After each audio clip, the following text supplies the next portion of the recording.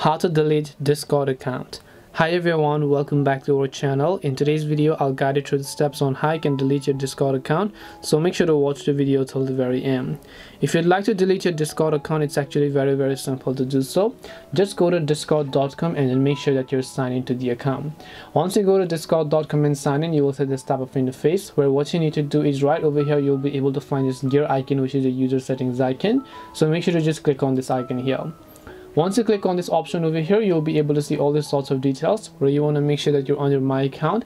Once you go to My Account, just scroll down over here and then you'll find this option known as Delete Account. So all you have to do is make sure to click the Delete Account button, and right over here you'll be able to see your own servers. So just click on the OK option. First of all, if you own a server, you have to transfer the ownership of that server.